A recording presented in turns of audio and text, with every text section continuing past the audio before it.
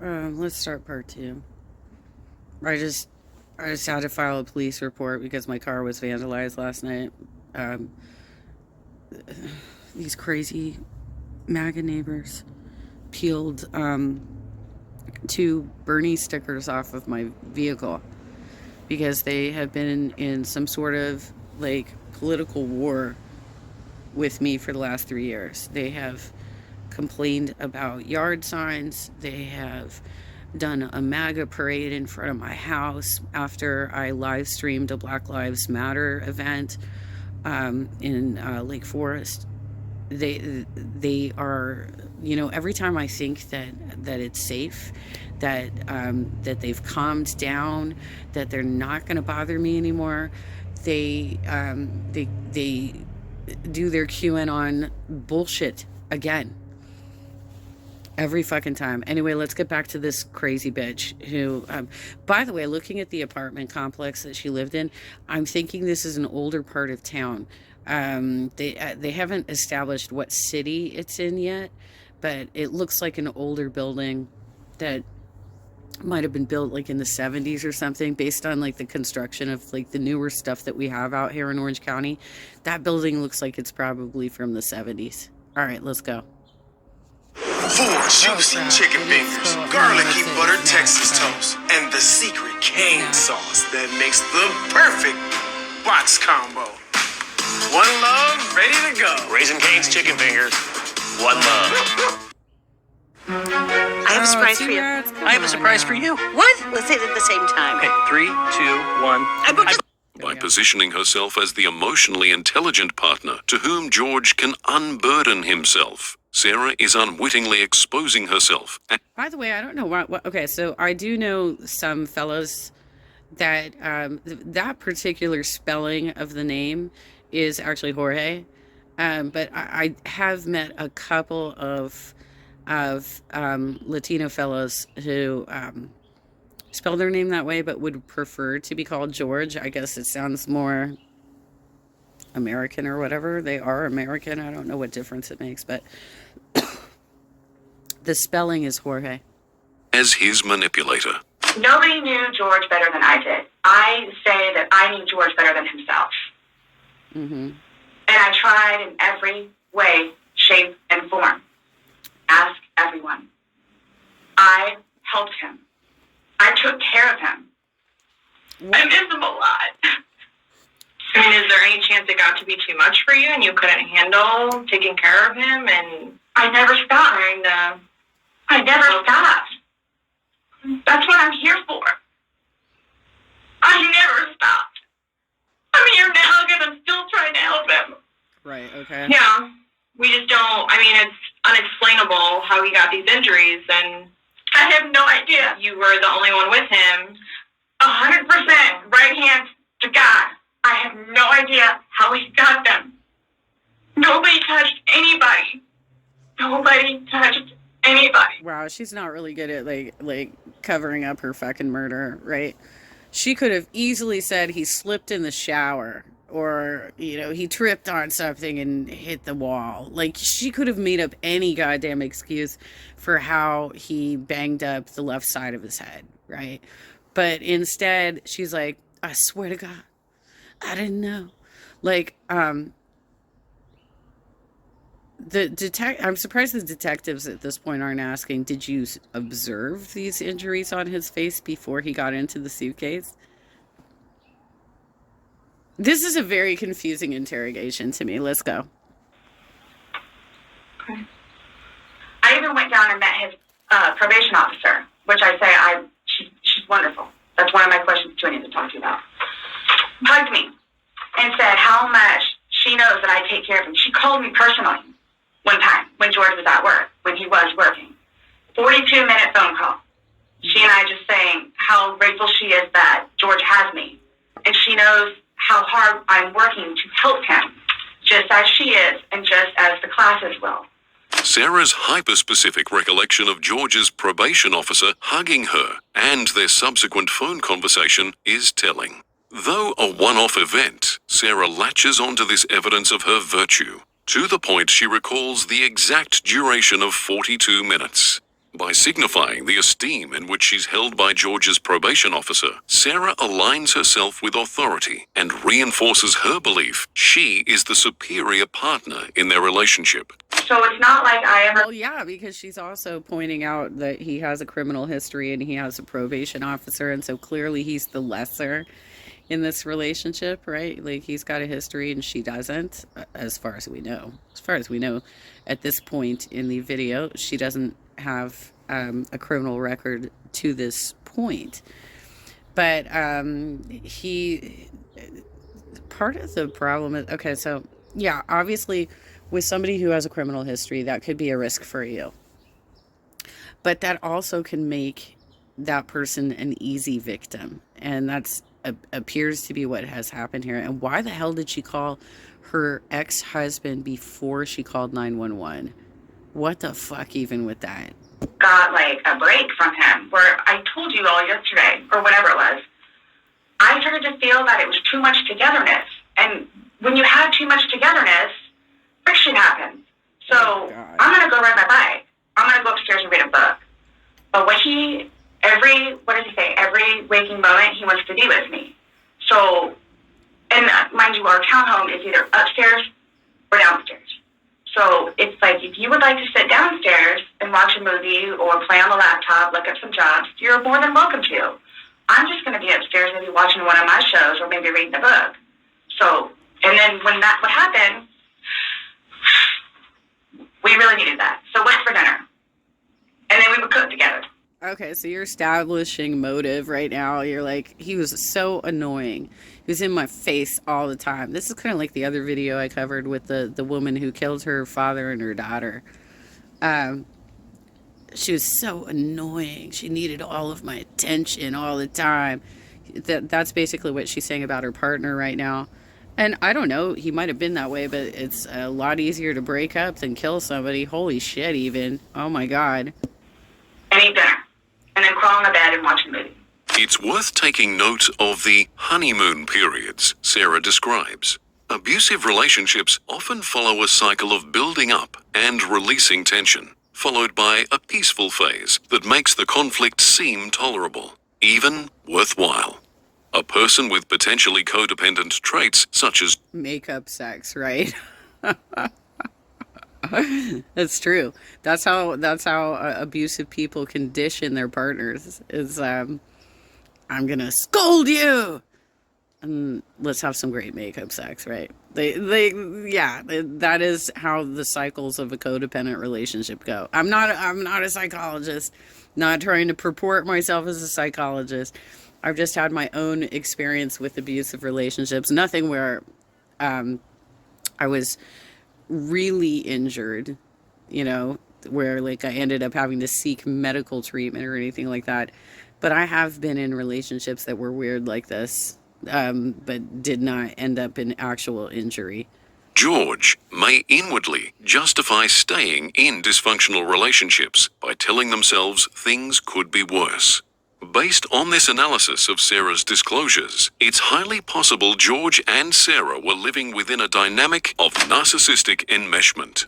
A distinct imbalance of power characterizes this kind of relationship, wherein one partner blames the other for the relationship's shortcomings, with little insight or remorse into their own actions. Right. This is evidenced by Sarah's repeatedly insisting she and George enjoyed a healthy relationship, despite court records of violent incidents on both sides. Their history of domestic violence indicates a cycle of abuse and reconciliation, with both parties alternating between aggressor and victim. So he doesn't know. And on top of that, they would have the criminal history of that. They would have all the police reports and everything. So, like, why would you lie about it? Obviously, if they have all the records, like, I'm assuming you lived in Orange County for quite some time, and most jurisdictions in Orange County are covered by the sheriff. So that means that they have, like, one universal place where they're keeping stuff. There are some municipalities that do have their own police departments. And I don't know the specific relationship of whether or not they are sharing databases, because they can like do some contractual, and I'm speaking from experience as a proposal writer for identity and security, right? They can have relationships, like contractual relationships with each other, where they share a common database of like fingerprints and iris scans and facial recognition and stuff like that. They can create those relationships, but in general, they usually have their own systems, and only can then communicate with the FBI, and then the FBI then has the central database, but the FBI only takes the very serious, like the felony cases where there's like some violent shit going on. They only store that kind of stuff. So this is interesting. They probably can pull up the criminal history pretty easily. And, you know, because you just like background research, like where have they lived together? And were there any police reports in those particular areas? And probably, since she went to the Orange County Sheriff, right? Then that means that she lives in a jurisdiction that is represented by the OC Sheriff. So that could be a lot of different places in Orange County. But I can tell you, like, everything below Irvine is represented by the Orange County Sheriff. I don't even think... I'm not positive about Laguna Beach. They might have their own sheriff's department, but I'm not sure about that. But pretty much everything south of Irvine is represented by the Orange County Sheriff. And then there's some other areas in the county that I think are on the east side, but like Huntington Beach has their own PD. Costa Mesa has their own PD. Not sure about Newport. I think Santa Ana has their own PD. Anaheim definitely has their own PD. But there are various cities throughout the county that I think most of the county is represented by the Orange County Sheriff. The password, and he doesn't have the facial recognition. No, he is the only other person that would use your phone, I'm assuming, other than Lucas. Right. But Lucas wasn't there Sunday. Right. So, to your recollection, no videos on Sunday? Not that I'm aware of. So, I have something that I want to show you that we found. She's so dumb. And it was from your phone. Mm-hmm. You see it? If you need to move it around, go ahead.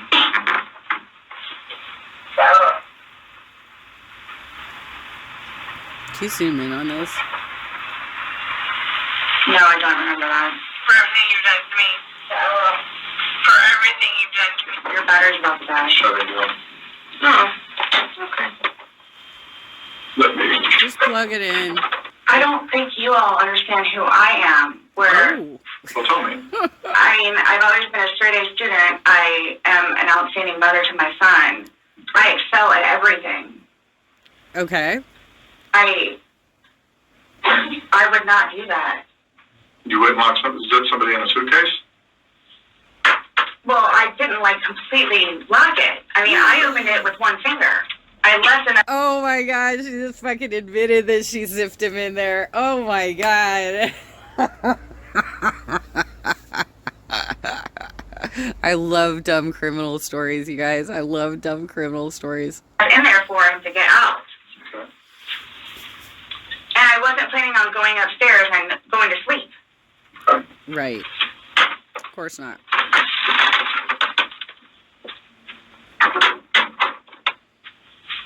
No, it's just the way you said it. You guys are scaring me. Sorry. Hassan should have totally fucking covered this one because he would have loved it. He would have loved this one. I just want you to watch this. This came from your phone. Don't you want to know what's on it? Yes, please. Okay, plugged in now. Right? Okay. So your battery's not going to die anymore.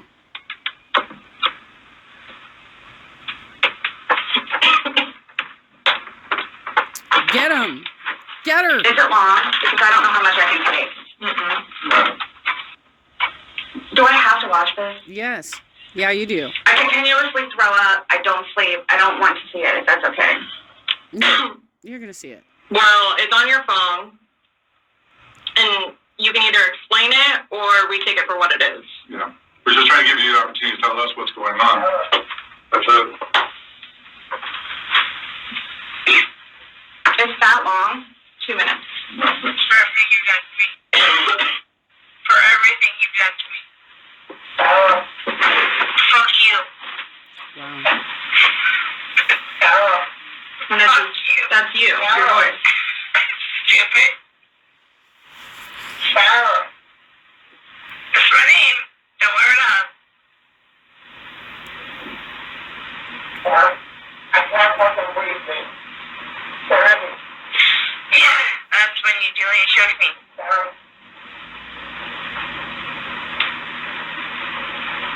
Sarah. I don't want to watch it, please. Last time we talked to you, you said that you put him in the suitcase. He had 2 fingers hanging out.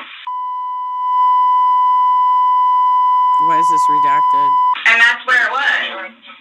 There's 2 different videos and a still picture where, yeah, it shows you flipping in the different positions and him saying that he can't breathe and you saying fuck So you. this is upside down. So in order for him to have gotten into it, It was flipped up.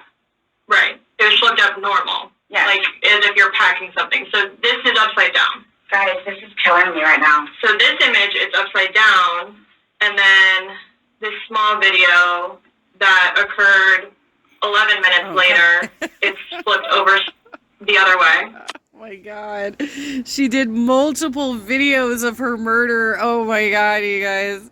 When the detectives tell Sarah she can explain the video, or they'll take the footage at face value, Sarah cannot help but play into their hands. Her desire to control the narrative is simply too great.